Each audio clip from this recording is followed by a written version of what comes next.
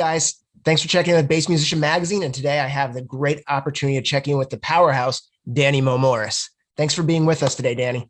You got it, Steve. Great to be with you. Wow, this is such a great opportunity. I did when I interviewed Scott, at Scott's Bass Lessons, I mentioned you in passing when I was talking to him, and I said how much like your playing has influenced me in this last year, especially. I've really dug into what you're doing on his website and also your old videos that you have on YouTube, which are amazing. But you have an incredible background and an incredible teaching background. Would you mind telling us a little bit about yourself? Where do you come from? What's your background? I come from my mother and father, man, There you go. and uh, and it all relates. It'll get back to that. But I started playing trumpet in fifth grade, and always messed around with the piano and a little guitar, and how to like my mom actually. Steve, we celebrated her 95th birthday this weekend, and I go visit her. She's in an assisted living facility, and I get her to tell stories because once she's gone, there's a part of history in our family that will be lost. So we talk, and she remembered that I would just shut my door in my room and figure out melodies. She played piano, and she say on the trumpet, on the guitar, and our guitar. My dad had this guitar, and the top two strings were broken. So little did I know, you know. Uh, so I always messed with that. And then I had one time I had a trumpet teacher who turned me on to chord changes. Like in every melody, there's a chord. Hmm. Take a melody that's going this way, turn it around, there's a chord. And this guy's name was John. I don't know his last, I can't remember. He was great. And he used to come over the house and give me a lesson like every 2 weeks or something, and we'd work on stuff. And I'd either be on the piano or on the trumpet, and he played trumpet. So he played trumpet, and he's turning me on to polyphony. Mm. So that was an epiphany, and that to study music that way, and that's kind of what I do at Scott's Bass Lessons. Um, Teach these we call them songwriting analysis workshops, I've and I watched love them. it.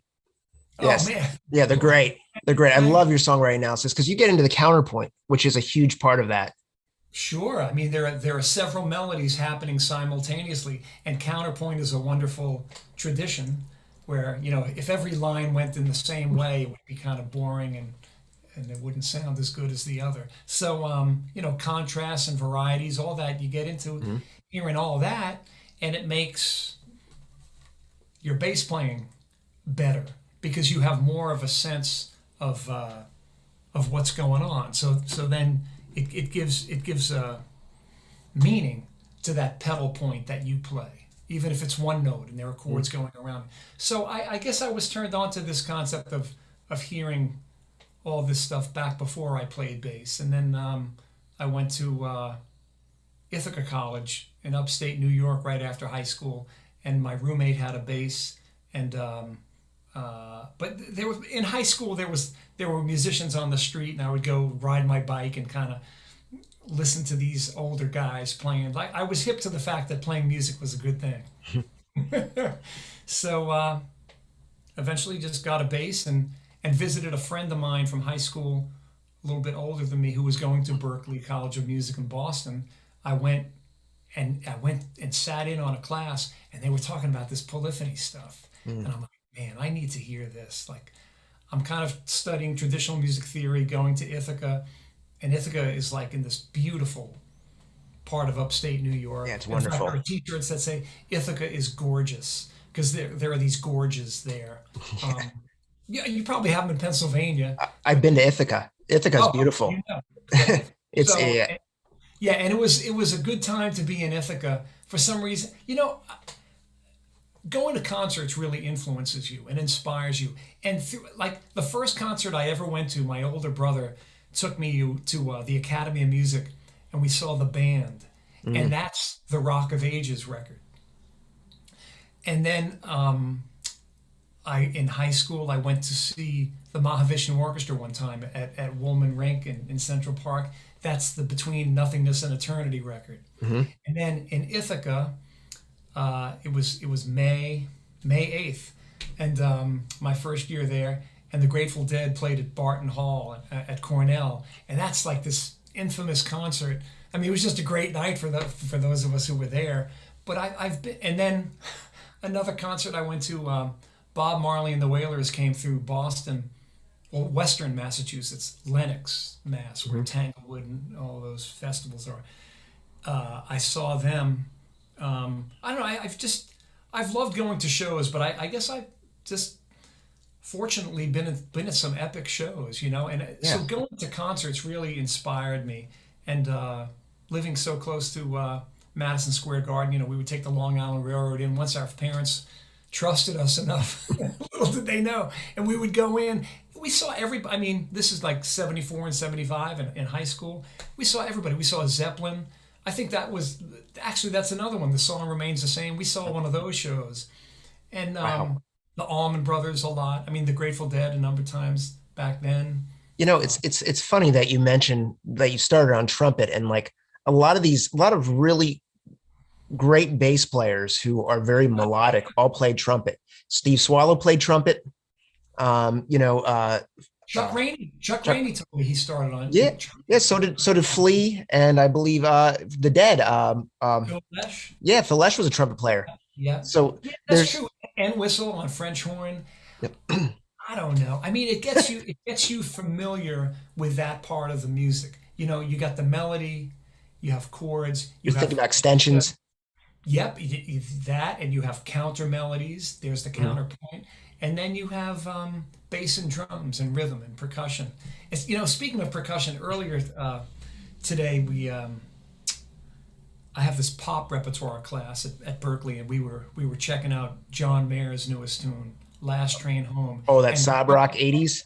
yeah, yeah, and Sean Hurley, who's wonderful, is playing bass. And the week before, when the record came out, Mhm. the single came out, we were listening to. See, this is songwriting analysis. I do it myself. It's my favorite thing to do. Like I love Sean's playing, and he's a wonderful person too. Mhm.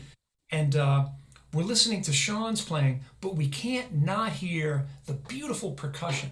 Yeah. And on Jimmy Kimmel show at night. They're performing, and there's I think it's Luis Conti, maybe it's his name. I think that's who it is. He's on lots of records. I think that's who it is. He's playing so strong, man, and just beautiful. The whole and Greg Fillinganes on keyboards. Who's forget about it. Yeah, Uh, that last ride or last train home, yeah, I can't not hear that gated snare on that. You know, it's like it's oh so yeah, Phil Collins, you know? yeah, yeah. I mean, Phil Collins. You know, Leland Sklar is such a big Yeah. influence on all of us. Well, even mentioning like you mentioned John Mayer. I mean, it's like that's such a he ran the gambit there. I mean, like that trio album with Pino and Steve Jordan. Oh my God. That's Oh wait, like well, you dream know what? team. Continuum, right? That's the record. They No, came it's isn't it it's a live album. right. They came to the House of Blues in Boston, which is right around the corner from Berklee College of Music. And I'm in the chairman's office, Rich Appleman. Phone rings. It's Pino. He says, "Who needs tickets?" I'm right in the office. Rich said, "You want to go?" I said, "Yeah, get me two, because my wife will kill me if we don't bring her." And she loves John Mayer. And we went, and it was fantastic. And they did that song "Gravity." So you Oh talk about God. like a slow 6/8. Yeah. The thing was so Beautiful. slow. It like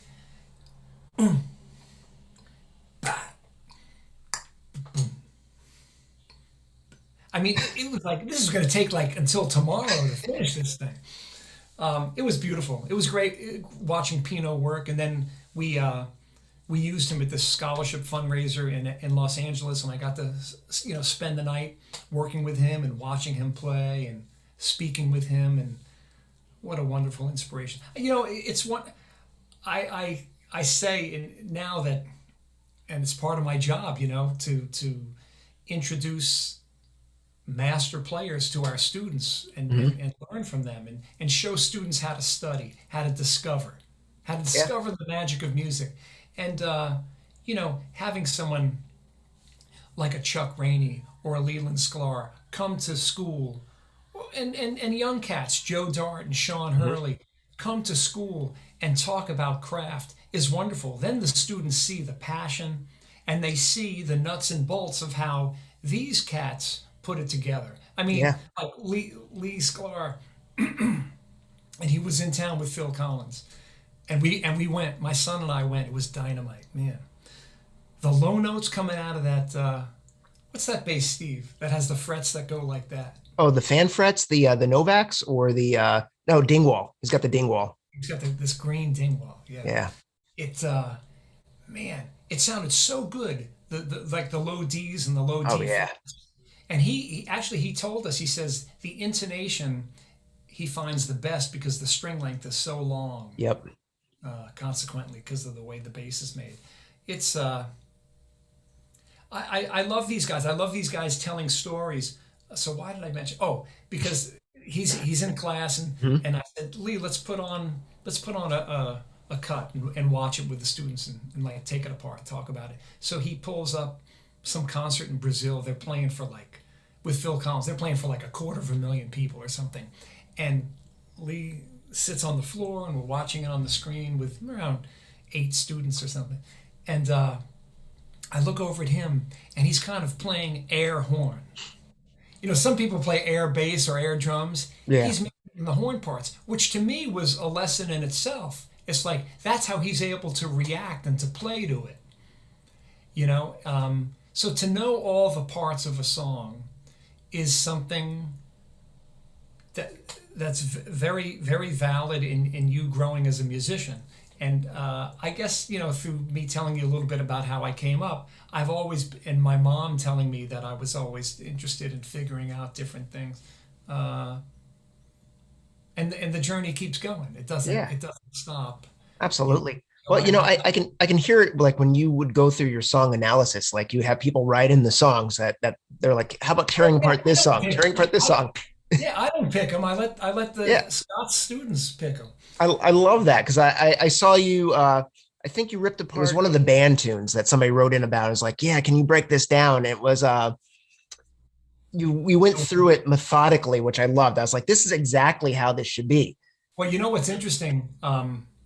Rick Danko, as a bass player, and he's a wonderful singer, and I'm sure he played guitar, and he uses inversions. I think it was the night they drove Old Dixie down, and when you get to the chorus, it's not just 1/4, Hmm. it's 1/5. He plays an inverted one Hmm. on the night, and so when you play it that way, now you're going to sound like that's the ingredients to make this stew, to make this song sound right. So I love inversions. It's like hearing. Well, actually, I did it on an Instagram post just maybe 2 days ago. Steve, I try to find a new song every day to learn one thing from. And I heard it on the radio. I heard that Vanessa Carlton tune, 1000, what's the name of it? Uh, You'd recognize it in a second with the piano. Hmm. And it's Lee on bass, actually. And it's full of inversions. And then there's this one bass fill, and it's on the 4 chord, and he plays a Lydian idea. Now, is he thinking that? He's thinking musically, is Yeah. what he's thinking, and he's thinking melodically, and it just so happens that the Lydian idea, a Lydian grouping of notes with the sharp 4, major scale with sharp 4, works on the 4 chord. So, you try to tie these things together, and that's the kind of things that intrigues me, and that's what I do every day. So to teach it is just really just sharing my practice routine with people. And I have some private high school students, even one girl that's just going to enter high school next year, very sharp. And we've been on this polyphony thing, and actually, Mhm. this one young man, James, is just incredible. He and this young lady, um, they both play piano as well as bass. I think Mm. that it's not a bad thing to do. I mean, No. we got the Nord is sitting right there. But No, I agree with you. The students I've had over the years, when you find out they've spent time on another instrument, their ear is already kind of the ear's already there. It's like now it's just kind of picking up another part of that language, you know? Hmm. Totally, totally. And I like being the conduit to open up a concept. And in teaching, the art of teaching, it goes, it's a Socratic method. I mean, if you just give the answer, you haven't taught a thing. So, leading someone towards discovery is Mhm. the way we do those seminars, is the way I do a one-on-one lesson. It's the way I practice myself. I try to open up an idea. And then you have the tools to open up the idea. The tools are your ear, your sense of time, and like we started talking from the beginning here, knowing what the melody is, knowing Mhm. what the rhythmic phrasing is. Um, Absolutely. you know, Absolutely. it's a trip, man. It's good stuff.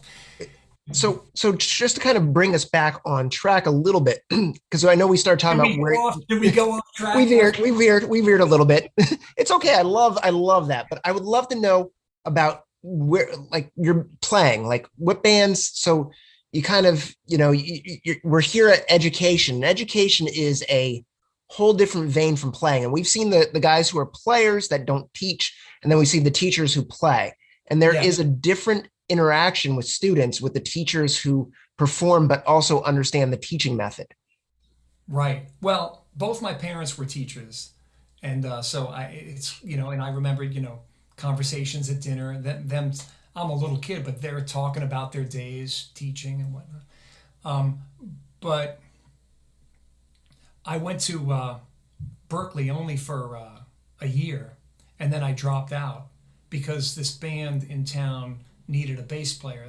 It's called the James Montgomery Blues Band, and he had a lot of success early on in the '70s. He was on Capricorn, and but he always had great guitar players. This guy Jeff Golub, Jeff Pivar, anybody named Jeff. Mm. Anyhow, there was an opening to play bass, and I remember calling my dad. I said, "Dad, I'm going to leave school. This band, they tour all around. In fact, they spend their winters in the Caribbean, playing at all the different USVI islands. St. John, St. Croix, Mhm. St. Thomas, and life is going to be fun. And all these guys are like 10 years older than me. I'm going to learn a lot." My dad was such a cool guy. He says, "Are you sure that's the right move?" I said, "Totally." And he asked me around 3, 4 times. I said, "Totally." He goes, "Do it, man." So I gigged with that band for 5 years, and James had a wonderful 45 collection. He was from Detroit, and whenever I would stay at his house, he lived out in Williamstown, beautiful town in Western Mass. If we were playing like some colleges out there, he would just school me all night long on old blues records and to listen to song form. Mhm. Listen to Muddy Mhm. Waters, how he's going to do a 13 and a half bar blues. It ain't a 12 bar blues because you have to listen to the phrasing of the lyric. Mhm. You have to listen to the narrative and then you get it. Then you know where to move to the four chord. So he schooled me on how to do that and how to perform and how to live on the road and take care of yourself and all that. And I did that for 5 years and then decided, okay, enough of the blues scene. And I got into this band was looking for a bass player, the John Pousset Dart Band. He had a national hit with his tune Amnesia. And I remember when I was in high school, his one record was pretty big. And he might have been on Capitol, I forget. Anyhow, I joined that band and did that for 4 years. So two bands gigging a lot up and down the East Coast, and I had a one taste of gigging in Scandinavia for 2 months. So I 9 years of really playing music, and then I got a phone call from this chairman of the bass department, Rich Appleman, who said someone had passed away in the department. It was late August. We really need someone. Would you consider teaching? I said, "Man, I never even finished school." He goes, "Yeah, but the kind of stuff you do, I think you'd fit in. We could use you." I said, "All right, I'll try." And he said, "By the way, you could go to school for free if you teach." Huh. So I did, and I really fell in love with teaching. I mean, you have to learn how to teach, Mhm. and through experiential learning, and just doing it, it's you become better at it, better and better at it, and your methods of teaching change through the years. That's, I'm always trying to hone it because I'm a student myself, so I know what works for me, and what works for you might not work for everybody. But I morph, using staff paper, using Nashville numbering Mhm. system, learning by ear. That's three Yep. different ways of learning a song, Sure. and all that. And I would take one class a semester, and eventually I started at Berklee in '77, and my degree, bachelor's degree, is up there in '96. So it took a long time, but it's not about how long it takes. If you enjoy the journey, and I was a much better student now that I'm in my 30s, Mhm. going back to school was much better. Well, And it seems that the best teachers are the ones who are always students because you're open to the discovery. You're always learning. I yeah, I teach as well. I've taught high school music for 12 years. I've taught privately for last since I graduated college. So that's like almost 20 years now. And I'm always going back, whether it's a focus on jazz or it was a focus on something. They're tearing apart lines. I'm trying to get inside of it to be able to know something, to be able to share it with somebody else. yeah. And I find that teachers who have that drive really bring something. They bring that aha moment with them everywhere they go. Those are always my favorite professors. Hmm. And it's just in that moment you're like, oh my gosh, it's like it's amazing for them and for you. And it's that shared experience of being able to pass that bit of information and maybe develop that bit of information. And and I've seen that in your lessons. And whether they're being done with the trio where you've broken down songs with the trio on Scott's lesson site, or Yeah. where you're having people write in the songs that they want to break down with you. And it really is it really does create a this vibe of higher education that people want to achieve. Well, that's how it's done. Yeah, that's so cool to hear that you do it on the high school level and then with private students. Yeah, and every student's different, but you try to get you. But every song is different. I mean, Sure.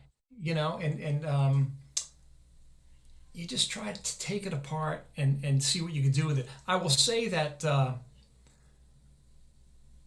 it's very important to realize that you can apprentice with all these wonderful recordings, and here I've mentioned such the great masters that we all look up to on the electric bass, and I haven't even mentioned the Ray Browns and the Paul Chambers, but we listen to them too, the acoustic bass players. But you should feel like your voice is valid. So as a player, when you pick up this instrument, what you have to say, someone gives you a song, and you come up with a part that could be the start of something. Um, uh, Almost sounds like the Bowie thing, but anyhow, the Or it could be, it could be that intro for Bernadette as well. yeah, yeah, yeah, yeah. But oh yeah, that's a great one. Now there you go. You say Bernadette. Who could imagine that an arpeggio could be so wonderful? But the arpeggio is just the vehicle. You put it in a great song with a great vocal. It's killing. But my point is, every student should feel like their voice is valid. So you're asked to create a bass line. I mean, you have your different personalities on the bass. You have a Phil Lesh or you have a Flea. Mhm. Disparate, but it's all the same notes, right? And Sure and is. so you have anyone who's watching this interview, you have something to say. Figure it out. You can't go into a project saying, what would Flea do right now? Yeah, Probably exactly. start. Man, I remember just going to see the Chili Peppers at Boston Garden, and just every song started with a bass line. It was just so dynamite. The drummer really knocked me out too. I think that it's so funny that with the dichotomy of like somebody like Flea or even like the for a long time, the drive was for bass players not to groove or not to be in the pocket, but to solo. It was just entire solos. And I think that there's almost this reversal back to the pocket, back to flat wounds, back to groove based ideology, where and and you're playing just those couple notes. I mean, there's so much weight and personality in those notes. And you're just playing root notes right there. And it's just like it's driving something. There's tone, there's flavor in it.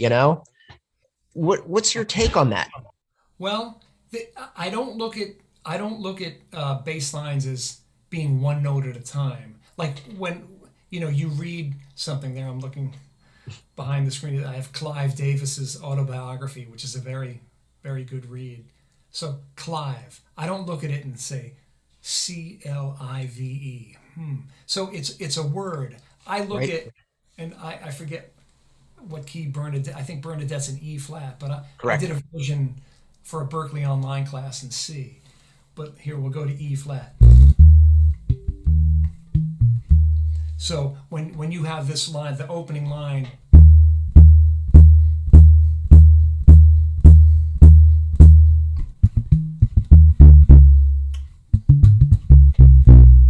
they're phrases. Boom. Mm-hmm. There's the arpeggio. So I don't look at it as, now if you do look at it as E flat, G, B flat, E flat, or maybe Nashville number 1 3 5 1. It's too fragmented. You got to play. That's the line. That's the word, and that's going Correct. to Yeah. Bernadette. Uh-huh. And now you go to the flat six. See, Yep. so I'm on C flat. It's the flat six of one, Mm-hmm. and that, where have we heard that before? Yeah, yeah, yeah. I was made to love. It's the wrong key for that. I think that's an F. But anyhow, they're words. So Mm-hmm. if you could learn words and study words, now you have a lexicon of information to play music with. Sure. That's the study. And so if I meet a student and they're thinking more notes, then we got to turn those notes into musical phrases. Mm-hmm. You know, another thing, Steve, I've gotten into. Actually, I think I did it. I might have done it with Matt Garrison because we were talking about Matt Garrison before we started recording. But is going to classical music, which is in my background from studying trumpet, and just enjoying it as well, and taking like it's the Haydn trumpet concerto. And I do some of these actually on my Instagram. I'll take a trumpet piece and work it out on bass. But there's harmony to these notes. So if you could understand the harmony, or I was taking apart some Rachmaninoff, and then even contemporary like film composers. Now you have this rich harmony. You have, let's say, a C major, and maybe a C6. And what about a C minor? And they'll put the six back. And then maybe, who knows? You could go anywhere. So now you're studying more than just, Yep. here's the C. But if you study,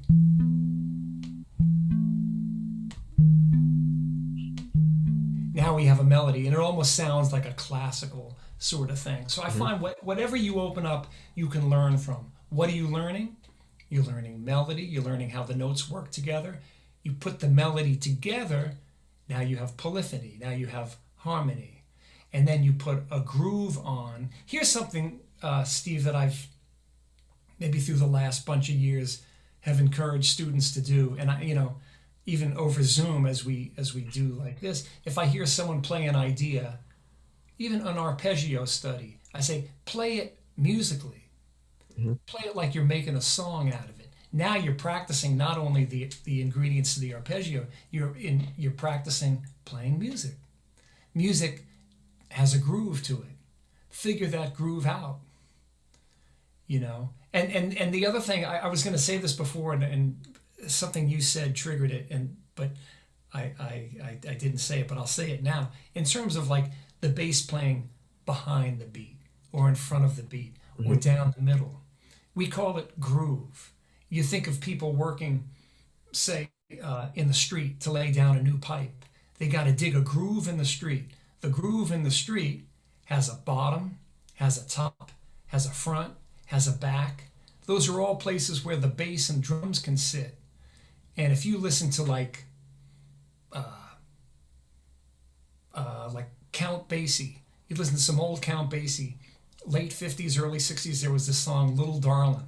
It's really beautiful. The melody is so laid back by the trumpets and the saxophones, and the bass is just playing half notes down the center, but the horn section is behind the beat. Nowadays, you hear some neo soul, or in the year 2000, D'Angelo came out with this record, Voodoo, Mhm. with Pino Palladino and Questlove are playing this behind the beat stuff, and it feels so great. It's really nothing new. Horn players have been doing that previously, so it's more like a role reversal. The now the bass and drums are going to sit back, and maybe one part of Questlove's drumming, the snare might be on, but everything else might be shifted. Now you could do that on your Pro Tools, you could do that on your Garage Band, just lose the grid and just move whatever you want. But you practice playing that. That's what I encourage people to do, and then you'll be able to be able to collaborate with people in various situations. You know, it's man, there's so much to be intrigued with, both rhythmically and harmonically, and that's what I enjoy doing in the teaching aspect. But you're right, I enjoy studying that. So it's just transferring the role, sharing what I'm working on with a student or with a class. And I have to say, during COVID, I mean, as tragic as it is and was, with so many people having lives lost and family members being ill, how it got our teaching focused on the Zoom screen. I'm sure you were doing it too. It's a lot of focus. And I've been recording more with students and getting them to be critical of their timing, of their sound, because we could really focus on it. It's different than rehearsing an ensemble, say at Berklee, and everyone's, oh yeah, high fiving each other. You know, you played it. Now, how about we listen back to it and let's see how things really feel. I mean, live music is wonderful, but if you're making a recording, uh, you might have more of a magnifying glass on it. That's not to say that a live session can't be the recording. You Right, know, right. Well, I think that's a great point. I think it's a really great point. I think all of us have kind of tried our hand at recording a lot of different things this last year and playing with different ideas. And it really does, like you said, it shows that magnifying glass on your playing, and maybe, simplifying or just rethinking what you're putting out there. Because sometimes when you're in that moment, you don't actually you might add more than's actually necessary for the part to sound great. Um, yeah. You know what? We started the session now. I'll say as we get close to the end here, because I have a student. I, But Sean Hurley, when we had him into Berkeley to talk about his work, and uh, I was asking him about there's a nice track he played on Mayor's record, Born and Raised, called Queen of California. I said it's just so beautiful. They got Chuck Leavell on Roads. Oh, it's just beautiful. He was saying, if he's thinking about maybe playing a fill, he's got to think twice or maybe three times before he actually plays it. And if it doesn't really hit him, he won't play it. So it was just a fleeting thought, like you're saying. Maybe transparency is the right thing. You know, it's Robert Frost. He had a beautiful poem, "The Mending Wall," and the spaces between the rocks. How did those get there? yeah, Same thing with music. You have choices. That's the good thing. Thank God. I mean, that's why I'm big at encouraging people to take care of their health, because if you have another day to spend with music, with family, mhm. that's a good day. But if you're up 3 days in a row, you're not going to feel so good. Right, right, yeah. you got Yeah, to take that's care why. of your instrument, whether it's the one in your hands or yourself, you I know? mean, look at this paint job. It looks hard. Look at it. But yeah. So I know it's a we, fun. Danny, I know we only have a moment left, but I wanted to thank you for being here today and really taking the time out because I know you're between lessons and classes at Berklee, and I Yeah. really do appreciate your time. Would you be able to show us real quick your technique with the palm muting, that the left hand palm muting that you do, or finger muting? Oh, sure, sure. It's now these strings are 21 years old. These are temastics. I've been getting into labellas lately on some other basses, but these temastics are great. So here would be, a note that has some ring to it. But if I use my three fingers and just mute a little bit and bring my finger to the fret, now it's almost like there's a kick drum along with so I got.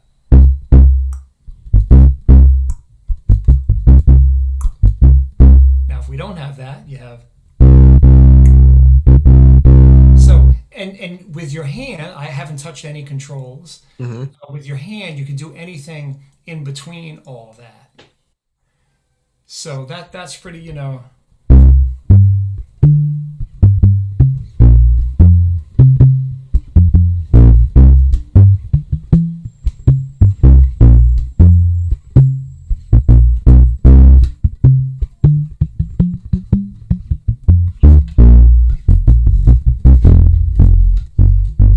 and when I play a low E, Mm. I'm also muting. So I'm actually fingering on that side of the nut so I can get these three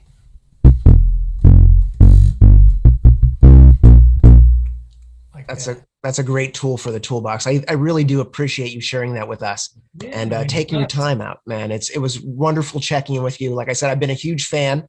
I love what you're doing. I like your interviews as well, man. So keep doing your thing, and I'd love to hear you play sometime too. Definitely, man. It was a pleasure catching up with you. Let us know how you're doing out there, and I look forward to seeing more of your stuff on Scott's Bass Lessons and more of your videos you're putting on Instagram. Yeah, I just like to share what I'm working on, and it's a good way to meet people too. So hashtag Demo plays bass. Usually, at least every other day, I'm just sharing an idea, and that's what's fun. So thank you, Steve, man. Thank you. Well, I'll Yep. let you go now because I know you got a student to get to, but it was a pleasure talking with you today. Thanks, Thank you brother. so much. All right.